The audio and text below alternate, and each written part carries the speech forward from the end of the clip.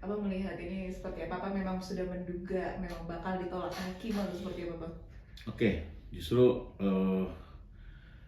kalau di googling yang pertama kali melempar isu terkait bahwa ini mengulur-ulur pokok perkara itu saya.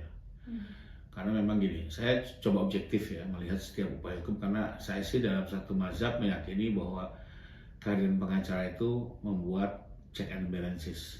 Artinya memang rekan-rekan sejauh saya sekalipun dalam posisi berhadapan, ya itulah tugasnya agar penegakan hukum itu berjalan sebaik mungkin. Karena itu untuk pra pertama saya masih menghormati karena memang ada dialektika di situ terkait apakah masih perlu upaya penahanan di akhir proses penyidikan. Tapi kalau untuk pra kedua dari awal saya sudah bilang bahwa ini upaya hanya untuk ngulur-ngulur pemeriksaan pokok perkara. Kenapa? Karena pertama itu sudah jelas di pasal 163 ayat 1 huruf G KUHP baru dijelaskan bahwa pra peradilan bisa dilakukan berulang sepanjang perkara masih dalam tahap penyidikan atau penuntutan oleh jaksa. Sedangkan kita ketahui bersama perkara ini kan sudah di pengadilan, sudah terdaftar, sudah ada nomor perkaranya, sehingga tidak mungkin lagi perkara yang sudah ada di pengadilan terdaftar diajukan pra kedua. Karena waktu itu jelas pengajuan pra kedua itu setelah perkara ini didaftarkan. Dari dasar hukum tersebut saya melihat ini kok nggak ada dasarnya gitu ya. Dan di sisi lain juga kasihan untuk teman-teman penyidik, bagaimana menghadapi sebuah pra peradilan sementara semua berkas sudah ada di pengadilan. Gimana sih penyidik ini akan menyampaikan pembuktiannya kan gitu. Tapi kembali lagi karena ini KUHP baru kan kita akan melihat pemberdayaannya sampai sejauh mana. Dan ternyata benar sesuai dugaan saya kemarin dinyatakan bahwa ditolak seluruhnya, bahkan saya lihat pertimbangan cukup keras loh. Ya, agak jarang hakim sampai menggunakan dua pemahaman. Pertama dia menyatakan bahwa ini merupakan bentuk penyalahgunaan lembaga pra peradilan. Itu kan merupakan warning ya. Yang kedua disampaikan lagi bahwa ini semua adalah upaya untuk menunda-nunda pemeriksaan pokok perkara. Bahkan ada kata-kata menghalang-halangi pemeriksaan pokok perkara. Itu kalau bahasa Inggrisnya obstruction of justice ya. Jadi menurut saya dari pertimbangan ini sebenarnya sudah merupakan pertimbangan keras. Mungkin karena hakim juga melihat ada lagi didaftarkan pra peradilan ketiga, bahkan direncanakan lagi pra peradilan keempat. Saya juga coba mengomentari pra peradilan ketiga yang katanya berbicara tentang ganti rugi. Kita bicara hukumnya lah, ya saya jauh-jauh kita bicara normanya.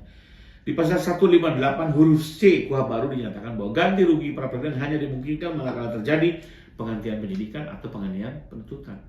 Sementara dalam perkara ini yang menjadi dasar pembentukan ganti rugi hanya sekedar penangkapan tidak sah dan penahanan tidak sah. Apalagi nyatanya tidak pernah terjadi penahanan. Kita ketahui bersama. Saat itu langsung dibantarkan ke VVIP rumah sakit. Artinya tidak ada kerugian material. Sama sekali. Orang malah enak-enakan di VVIP rumah sakit, di biaya negara loh. Gitu ya. Nggak semua masyarakat tuh bisa di VVIP rumah sakit gitu ya. Jadi tidak ada penahanan, tidak ada kerugian material. Ditambah hukumnya juga tidak memberikan ruang itu. Sehingga saya pun melihat pra ketiga ini juga harusnya akan ditolak ya. Apalagi ini uang rakyat loh, yang membayar pra peradilan itu uang rakyat ya, dari APBN, bukan dari Polda, bukan. Itu betul-betul dari kas negara yang mengeluarkan itu. Jadi pengeluarannya pun juga tentunya harus betul-betul cermat dan sesuai dengan dasar hukum yang ada. Sehingga apalagi yang keempat ya, kalau ini betul didaftarkan lagi, buat saya ini sudah dengan pertimbangan cukup keras. Soalnya kok mau jadi seperti ada perlawanan atau pembangkangan ya. Menarik buat saya adalah satu, sebenarnya ada apa sih ini? Apa tidak confidence masuk ke pokok perkara, gitu ya? Sampai harus pra dan pra terus ya. Sementara sudah dikasih pertimbangan yang cukup keras. Kenapa tidak confident? Katanya punya bukti mengklaim ijazah Pak Jokowi palsu ya. Sementara kalau kami siap-siap saja. Buat kami dari awal ya, sebagai korban yang selama ini difitnah, ya, kami sudah mengumpulkan seluruh alat bukti yang ada, menyerahkan kepada penyidik melakukan verifikasi, alhamdulillah naik ke penyidikan. Masuk ke penyidikan, ternyata diverifikasi lagi oleh kejaksaan, sekarang sudah diterima sebagai berkas penuntutan. Artinya sudah 2 institusi loh menguji alat bukti kami. Dan lolos. Dan ini mereka mewakili negara loh, terutama jaksa ya, dia betul-betul mewakili negara. Artinya mereka melakukan verifikasi betul-betul secara objektif sesuai ketentuan hukum, dan tidak mungkin kalau ijazah ini palsu mereka berani sampai meminta pertanggungjawaban tersangka sampai ke persidangan. Karena bagaimanapun jaksa ini mewakili negara, nggak boleh main-main. Nah, dari ini semua kalau saya lihat dengan manuver pra peradilan yang begitu panjang, saya melihat betul-betul sepertinya mereka tidak confident. Ya. tidak confident untuk masuk ke dalam persidangan, karena kalau confident ya maju kan semua alat buktinya. Kalau Pak Jokowi sendiri sudah siap loh ya. Kemarin sudah berkali-kali dinyatakan Pak Jokowi siap hadir ke persidangan, bahkan seperti masyarakat biasa. Beliau akan duduk di persidangan, menjelaskan seluruh fakta yang dialami, menunjukkan ijazahnya, bahkan kalau perlu diliput publik, ya diliput media. Karena ini juga forum yang tepat bagi Pak Jokowi untuk bisa menunjukkan ijazahnya selama ini beliau janjikan. Memang kan selama ini pihak lawan, ayo dong tunjukin, kita kan nggak mau didikte ya. Tunjukin di lapangan bola, emang main-main gitu ya. Kalau di forum ini kita tunjukkan semua, sebagai bentuk penghormatan Pak Jokowi juga kepada UGM, termasuk juga publik, termasuk terutama lembaga peradilan. Jadi terkait pra, dengan tetap menghormati upaya hukum yang mereka lakukan, kok saya melihat semakin kesini semakin terlihat bahwa ini tidak ada tujuan keadilan yang hendak dicapai, lebih kepada untuk mengulur-ulur pemeriksaan pokok perkara. Bang, ini kan melihat si Roy Suryo ini masih terus mau mengajukan prapit, bahkan yang kita dengar juga sampai 7 atau 8 prapit yang akan diajukan gitu kan. Ini terutama Dr. Tifa kan masih terus sudah di persidangan. Artinya apakah Abang melihat kemungkinan yang akan terjadi Roy Suryo memang sengaja untuk mendorong Dr. Tifa ini ke jurang atau seperti apa sih Bang? Ya, ini juga salah satu analisis saya, karena waktu kemarin kami melihat kok upaya pra-peradilannya agak berlebihan, tidak didukung satu argumentasi hukum yang kuat dan tujuannya pun tidak jelas. Sehingga waktu itu saya melihat, oh ini mungkin sebagian dari strategi, dibiarkan Ibu Tifa maju duluan, nanti beliau akan mengambil benefit dari persidangan yang di belakang. Ya. Banyak manfaat, ya kebetulan kami kan sering juga menangani perkara-perkara yang terutama perkara yang di split sync. Ya.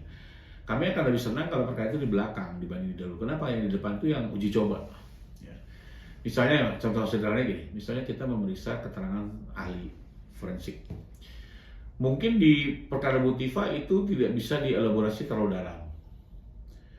Nah, tapi setelah kita menonton perkara Bu Tifa, nanti di perkara Pak Roy ini akan bisa dielaborasi lebih dalam, bahkan bisa mencari misalnya teori-teori yang bisa mengantitesakan apa yang disampaikan si ahli. Akhirnya yang di depan itu lebih banyak dirugikan dibanding yang belakang. Yang belakang lebih banyak diuntungkan. Termasuk juga dari strategi pledoinya, pembelaannya, sampai juga kemungkinan vonisnya. Jadi kalau saya lihat sih itu salah satu target yang hendak dicapai. Ya kembali lagi saya menduga ya, karena kami biasanya juga memanfaatkan itu dalam perkara yang diskusi. Dan ini terjadi sepertinya dalam konteks seperti ini. Oke, Bang, kalau ini kan mungkin bisa sampai jilid 10, 11, 12, 13, mungkin panjang jilidnya Bang ya. Ini kan tidak sesuai dengan Roy Suryo kalau kita lihat menggebu-gebu segala macamnya. Aku ngeliat gak sih bahwa ini adalah bentuk salah satu untuk menutupi rasa takut dia? Ya tentunya, karena kalau sebenarnya confident, apalagi mereka punya bukti kuat yang bisa membuktikan bukti palsu, cepat-cepat ke pokok perkara. Dia tunjukkan semua bukti-bukti yang mematahkan keaslian ijazah ini, publik tahu, hakim teryakinkan, dibebaskan, dan saatnya dia menuntut balik. Kan begitu. Dan ini ada konsekuensi loh. Kalau ternyata ijazah ini palsu kan tentunya juga akan berdampak terhadap laporan yang sudah berdiri di Barreskrim. Ini konsekuensi ya. Saya pun nggak mau ada sesuatu yang palsu dilindungi, nggak mau. Ini fakta ya. Tapi sejujurnya saya semakin kesini semakin mendalami, semakin meyakini bahwa betul ini barang tidak ada persoalan, dan selama ini yang dilempar hanya isu-isu yang mencoba memutar balik opini publik ya. Dan ini memang tren di era post-truth, jadi di berbagai negara kejadian. Jadi kebohongan yang diulang-ulang bisa jadi kebenaran, dan sepertinya mau diuji coba di perkara ini. Makanya saya pribadi selain sebagai advokat, saya ingin juga berjuang untuk membuktikan bahwa era post-truth tidak bisa memporak-porandakan opini publik di Indonesia. Perlu kita lawan. Ya. Dan saya juga terima kasih banyak juga masyarakat yang mau berpikiran secara objektif paling enggak ya, melihat ini berdasarkan fakta bukan berdasarkan isu gitu kan. Karena kembali lagi ini kan kasihan loh, publik dicuci ya, mengkonsumsi berita nggak benar. Dan ini yang lebih sedih apa, dikonsumsi juga masyarakat luar negeri. Malu lah kita, presiden masa ijazahnya palsu, yang benar aja kan gitu kan. Apalagi kalau saya kan pernah berinteraksi langsung dengan Pak Jokowi, jujur beliau sendiri merasa sedih gitu ya. Yang beliau bilang, Mas, saya ini kuliah itu bukan orang susah, bukan orang mampu loh. Saya SD, SMP itu hidup di bantaran kali ya. Keluarga sederhana, untuk sekolah pun juga ya pas-pasan. Sampai saya bisa masuk UGM itu satu kebanggaan, terutama buat orang tua saya. yang pendidikannya juga sederhana, bisa memasukkan anaknya ke kampus terkemuka gitu. Makanya Pak Jokowi juga kuliah kan serius, tepat waktu. Bahkan waktu SMA tuh beliau juara kelas loh. Nanti boleh saksi SMA pun akan hadir. Beliau tuh juara kelas. Jadi orang yang punya tanggung jawab buat belajar, anak muda yang punya tanggung jawab. Karena dia tahu keluarganya susah. Sampai menyelesaikan di UGM juga tepat waktu, nilainya juga lumayan bagus ya. Lalu dengan mudahnya atau dengan satu tujuan politik tertentu diputar balik sesuatu yang jelas gitu ya. Ya ini yang buat saya bukan soal politik, ini soal kebenaran, ini soal kebanggaan keluarga, soal pencapaian keluarga saya dengan segala keterbatasan. Makanya saya ingin juga ini diluruskan. Cuma memang saya nggak mau menggunakan ini pada saat saya jadi presiden, karena kesannya arogan. Ya. Tapi kalau sekarang ini ya saya udah jadi rakyat biasa, masih terus dikuyo-kuyo. Masa saya sebagai warga negara biasa saya nggak boleh menggunakan hak hukum? Sehingga saya bilang oke, waktu yang tepat ya. Dan biar ini semua terbuka, publik juga bisa mengikuti persidangan kan terbuka nanti. Bisa dengar langsung lah. Saksi teman kuliahnya bicara seperti apa, dosennya bicara seperti apa, kampusnya UGM berbicara seperti apa gitu ya. Yang memang agak saya miris juga satu loh. Ini contohnya Pak Dekan. Pak Dekan itu sampai bilang, Pak Dev, saya ini diminta membongkar data 40 tahun yang lalu. Saya aja masih SMP katanya. Ya kan? Suruh cari datanya. Untungnya Fakultas Kehutanan itu mahasiswanya nggak banyak. Tidak lebih dari 100 setiap tahunnya. Beda dengan hukum, ekonomi ya. Jadi secara dokumen itu untungnya masih berkumpul di gudang. Dia sampai Sabtu Minggu terpaksa di kampus untuk bersama staf-stafnya mengumpuli itu semua gitu ya. Dan memang juga kan ingin terjaga betul datanya kan gitu. Tapi akhirnya justru datanya cukup banyak. Data perkuliahannya, KRS, KHS, sampai bukti slip pembayarannya masih ketemu. Ini menarik gitu ya. Ya akhirnya kembalilah, kebenaran adalah kebenaran, nanti tinggal kita lihat. Dan saya juga berharap selain hakim nanti juga publik bisa ikuti persidangan ini. Jadi betul-betul tahu lah apa yang sebenarnya terjadi. Bang, sorry penegasan aja Bang, penegasan dan penegasan bahwa Pak Jokowi akan hadir dan siap ya Bang. Kalau kata mereka kan disayur atau apapun lah, Pak Jokowi akan hadir ya Bang. Ya, jadi kembali lagi Pak Jokowi justru menginginkan momen ini sebagai satu forum di mana dirinya akan memohonkan keadilan kepada pengadilan. Karena bagaimanapun hadir beliau sebagai warga biasa, sehingga juga dia akan menempatkan dirinya sebagai warga biasa dan akan datang langsung di Pengadilan Negeri Jakarta Timur, hadir dan akan menjawab seluruh pertanyaan yang diajukan tidak hanya oleh jaksa, pengacara maupun hakim. Termasuk juga beliau akan menunjukkan seluruh ijazahnya, bahkan ijazah SD SMP pun akan dibawa langsung oleh beliau. Inilah perjuangan saya sebagai anak muda dalam segala keterbatasan menyelesaikan pendidikan, dan mudah-mudahan kan ini jadi inspirasi juga buat banyak masyarakat Indonesia ya, bahwa dengan segala keterbatasan dia masih punya mimpi, menjalankan tanggung jawab belajar, dan akhirnya dapat kepercayaan dari rakyat Indonesia. Jadi terlepas dari ketidakadilan yang beliau rasakan, yang nama baiknya dicabik-cabik ya, tapi beliau merasa tetap selalu ada manfaatnya dari setiap upaya kita lakukan sepanjang berpikiran positif ya. Dan saya pastikan beliau akan hadir ya di sidang itu.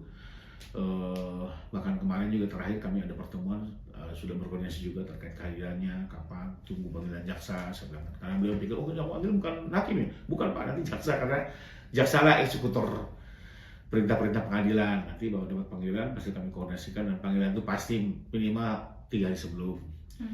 Karena beliau juga kan sekarang ada kegiatan-kegiatan lain ya, jadi kita coba cocokkan lah, mudah-mudahan dalam waktu dekat. Jadi kan Kamis ini kalau nggak salah putusan eksepsi.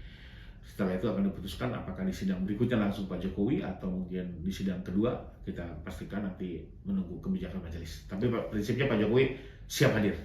Abang, tapi kan saat sidang perdana Ibu Tifa mulai di pengadilan negeri, Roy Suryo mengatakan bahwa jangan pilih-pilih ya, nanti sidangnya Bu Tifa doang yang hadir, ketika saya yang bersidang nanti Pak Jokowi tidak hadir gitu. Apa akan kedua-duanya? Kalau begitu kan beliau nggak boleh ngatur-ngatur dong. Beliau ini terdakwa loh, harus tahu diri ya, bukan pemimpin majelis gitu ya.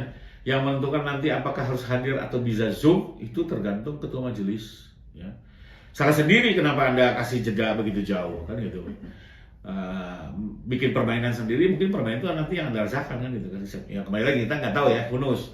Apakah nanti di hakimnya Pak Roy masih tetap harus online atau bisa offline? Karena hari ini, apakah offline atau bisa online? Karena hari ini dasar hukum sidang secara online itu bukan lagi diatur di Perma, tapi sudah masuk dalam KUH baru. sudah jadi undang-undang. Ya, kalau zaman dulu kan gara-gara COVID ada sidang online, lalu dasar hukumnya peraturan Mahkamah Agung. Hari ini sudah masuk dalam KUHP. Jadi sudah hukum formal, ya. Tapi sebenarnya sidang online ini juga sudah di seluruh negara sudah terjadi. Kita ini agak ketinggalan gara-gara COVID baru dipaksakan gitu ya. Nah, tapi kembali lagi apakah nanti kebijakan majelis tetap harus datang berulang-ulang gitu ya, atau mungkin yang berikutnya bisa melalui online ya, itu nanti kita kembalikan kepada kebijakan. Tapi intinya gini, Pak Jokowi apapun perintah hakim dia akan jalan, karena dia tahu dia sekarang sedang meminta keadilan ya, dan dia akan kooperatif dengan seluruh permintaan hakim. Bang, tapi kan jika ini kita berandai aja ya Bang ya, jika memang nantinya pada saat sidangnya Roy Suryo itu Pak Jokowi diminta untuk Zoom aja, ini kan akan ada menimbulkan narasi kembali dari pihak Roy Suryo Bang. Gimana dari Pak Jokowi? Kalau buat saya yang akan jadi eye catching itu nanti di sidang pertama. Kalau yang orang berulang-ulang juga bosan. Belum nanti ada sidang ketiga keempat loh. Kalau nanti tersangka lagi masih ada yang sebagian di klaster 2 tuh. Mungkin yang ketiga keempat Mbak juga udah nggak mungkin liput, udah males juga gitu. Karena udah tahu keterangannya gitu aja kan. Kapan masuk di UGM, kapan selesainya, pembimbingnya siapa, pembimbing skripsinya siapa. Itu aja kan diputar aja fakta di situ. Nah kalau berulang-ulang juga saya nggak yakin apa benar masyarakat juga akan seanimo itu. Tapi di sidang pertama saya yakin ini akan live, banyak akan mendengar langsung ya. Dan satu yang perlu dicatat Mbak, ini fenomenal dalam penegakan hukum karena baru pertama kalinya seorang presiden mau hadir di persidangan persis seperti warga biasa. Saya sebut ada 2 presiden sebelumnya di persidangan pengadilan, tapi tidak hadir. Pertama Pak Harto, atas dasar kesehatannya dipanggil berulang-ulang tidak hadir. Kedua Pak Habibie di kasus Bulog Gate, itu juga akhirnya didengar keterangannya melalui telekonferensi di kedutaan Jerman. Jadi Jerman dengan pengen Jakarta Selatan. Kebetulan dulu saya pengacara Pak Radhi Ramadan di perkara itu ya. Jadi itu juga merupakan satu peristiwa kedua pemeriksaan presiden by teleconference. Nah sekarang langsung. Dan buat saya ini sesuatu yang sangat bagus ya, di mana beliau juga ya ingin menghormati lembaga peradilan, memberikan contoh ya. Siapapun dia, apalagi kalau sudah pensiun, ya berlakulah seperti warga negara biasa ya. Berlaku sama di mata hukum. Bang, ini kan berarti seperti dipermainkan ya, adanya Prapit 1 bahkan mau ada Jilid 8 dan lain-lain. Sebenarnya kalau dari Abang amati dan teliti, ini tujuannya apa sih untuk Roy Suryo sendiri? Apa untuk membangun nama dia nanti di 2029 Bang? Wah saya nggak yakin kalau soal politik ya, karena juga saya nggak punya pemahaman yang cukup. Takutnya saya salah pandangnya. Tapi kembali lagi, kalau sesuatu yang sederhana saya pandang berdasarkan ilmu litigasi yang saya pahami, ini hanya untuk strategi agar mendapatkan benefit dari persidangannya Tifa ya. Jadi nanti dari Ibu Tifa segala hal-hal yang nggak sempurna dia akan sempurnakan, segala hal yang belum lengkap akan dia lengkapi. Akhirnya apa?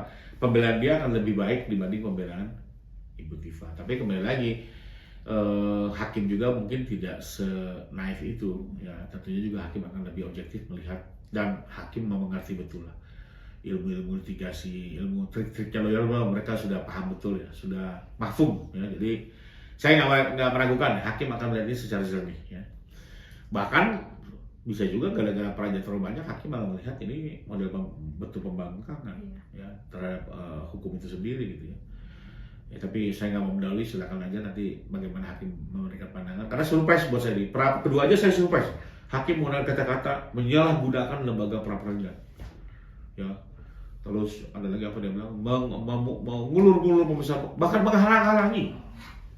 Kalimat itu menghalang-halangi. Kalau saya masih mengulur-ngulur. Kalau menghalang-halangi itu kan obstruction of justice.